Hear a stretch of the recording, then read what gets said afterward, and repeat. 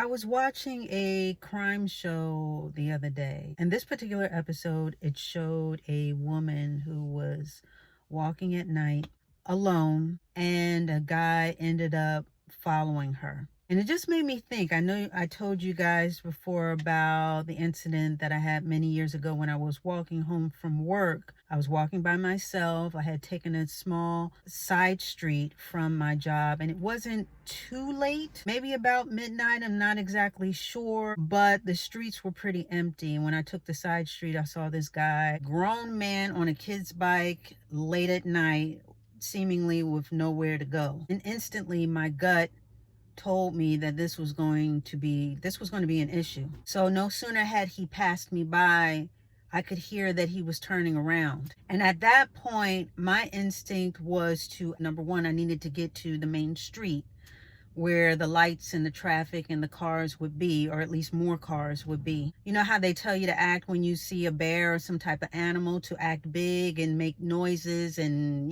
swing your arms? So my instinct was to basically do the same thing. And once I hit that main road, I turned around because I was not going to let him think that I was intimidated by him.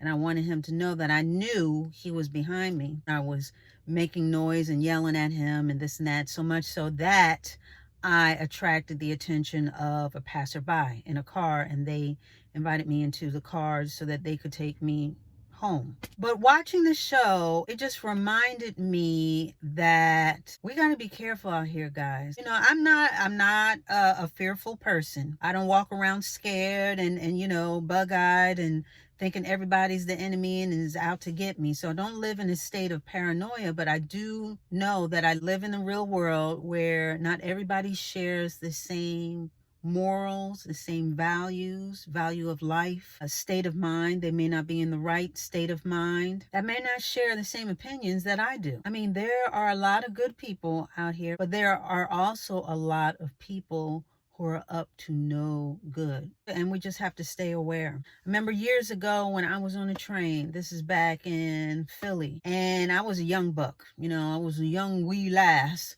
on the train, and I had my little gold earrings. Well, they weren't little, but they were, I had some nice gold earrings in my ear, just minding my own business.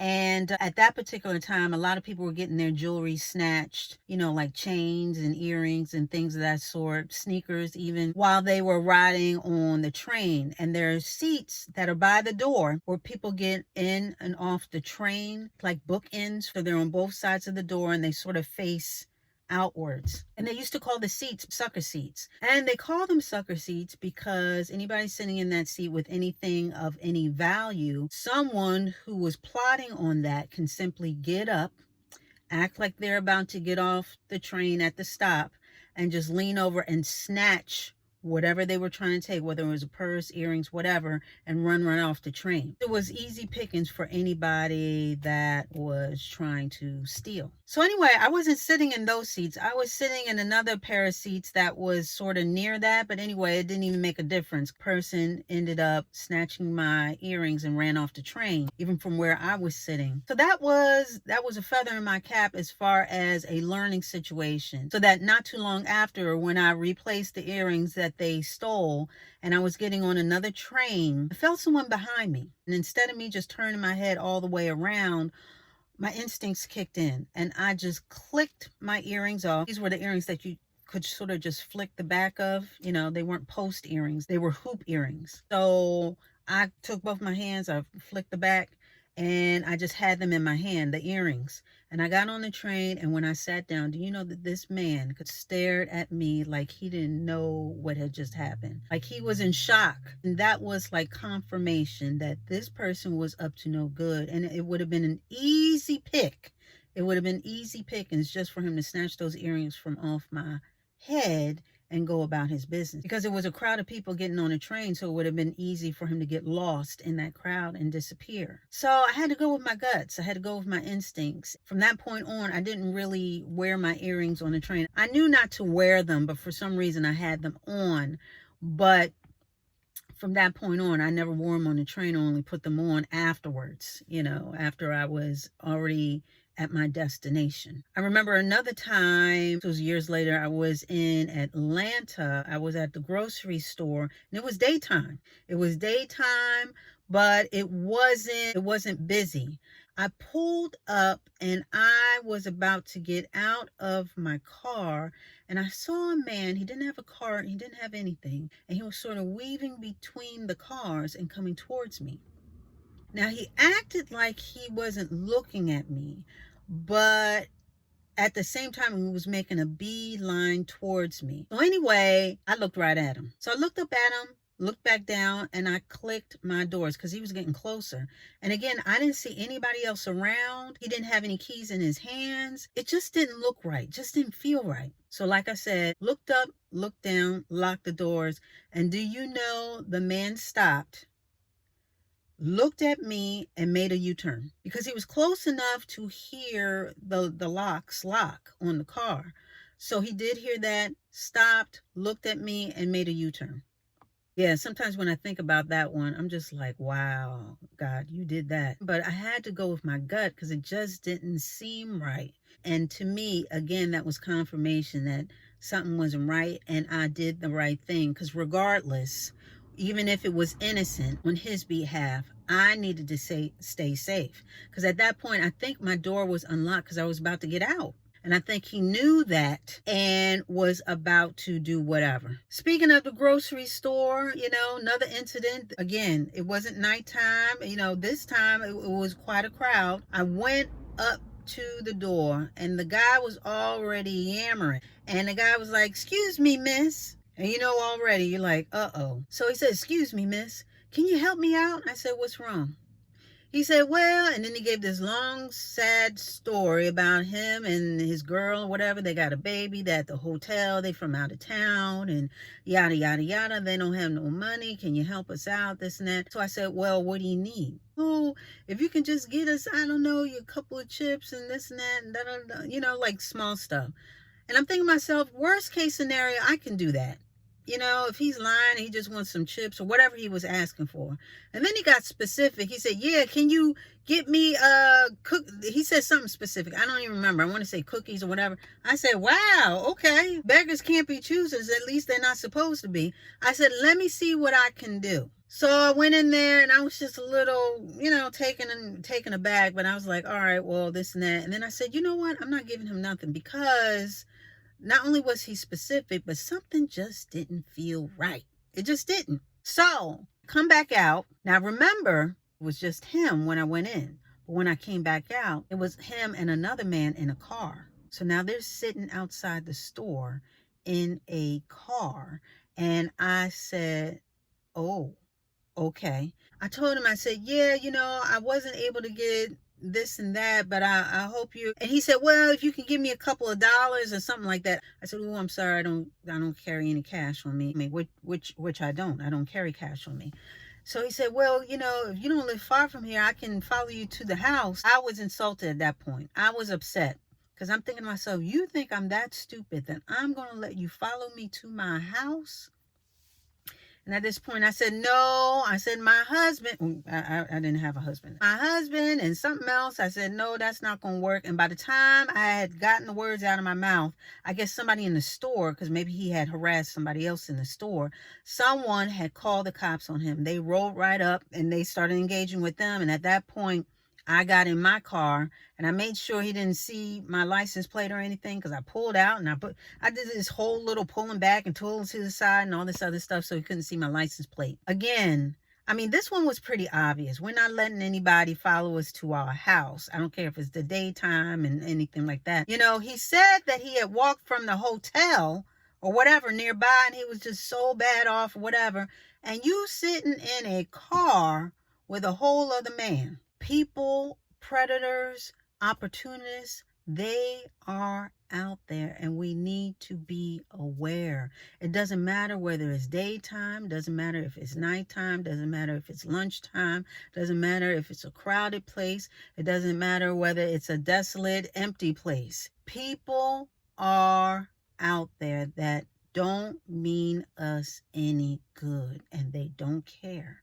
They don't care. I've gone into stores and turned right back around because something did not feel right. And I didn't wait around to see whether it ended up in the news or not. I left because it didn't feel right. I was in a furniture store with my boyfriend at the time and his daughter. Now, no sooner had we walked into the store and we're walking around, now we're separated. He's in the back, I'm on the side somewhere. Now it's raining outside. A man comes in, no umbrella, no nothing. Looked like he had been walking in the rain with nothing. He comes in the store and stands right there in the middle of the store and doesn't say anything. But he has this crazy look in his eyes. He's soaking wet, hair wild and unkempt. I don't remember what he was wearing, but just standing there staring. Well, honey, I saw that and I went to the back. I told him, I said, we have to go. He said, what's going on? I said, we have to go now. I said, let's go. I said, don't say anything. Let's go. And we got out of that store. He didn't move. He didn't flinch. He didn't even turn to look at us. And so while we were walking around him, people from the store were coming up to him and try to engage. Say, hey, sir, how may we help you? I didn't turn around. I didn't see what was going on. I didn't hear anything later on as far as any incidents, but it didn't feel right. And I had to go with my instincts that if something doesn't look right, I got to go. Just like when we drove up to a gas station and we had just pulled into the gas station and there is a man at the door looking like he's holding the door closed. There's no one going in and out of the gas station. Again, this is daytime. There's no cars. All the pumps are empty, but there's a guy who doesn't look like he works there because it looks like he's leaning up against the door, maybe looking to see who's coming and going. That's all I needed to see. I turned to my boyfriend and I said, we got to go. He said, again, he's like, what? I said, there's somebody at the door. He doesn't look right. I said, I don't know if they're being robbed or not, but we need to go because the man is standing at the door looking at us. So we started the car. We went to another gas station nearby. And just in case something was amiss, we told that particular gas station or the gas station attendant what we just saw. And he just sort of casually responded. He was just like, he said, oh, okay. He said, yeah, I mean, they've been robbed before, but you know, and I don't remember what he said after that because I'm looking at him like, well, you may want to call the police. He said, yeah. You know, like he was just like, so I don't know what was going on. I was hoping that they weren't robbed, and I don't think they did because I think we drove past it again, and there was another car that entered the gas station, so it didn't look like they were being robbed, but I don't know whether they were having other dealings going on, you know what I mean? I didn't know what was afoot, and I wasn't trying to lose an arm and a leg to find out. So we just kept it moving. I've just learned that I'd rather err on the side of caution than not. There's just too much going on in the world, and things happen so quickly.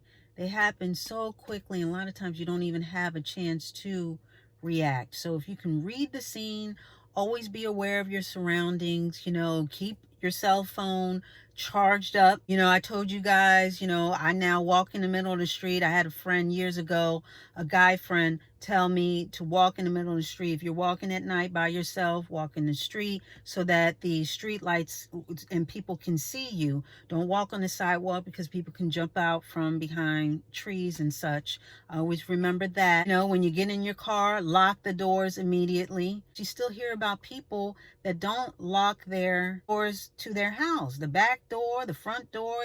And a lot of people have this false sense of security that they live in a little hamlet, a little town where everybody knows each other, or so they think, you know, and that therefore nothing's going to happen. Nobody.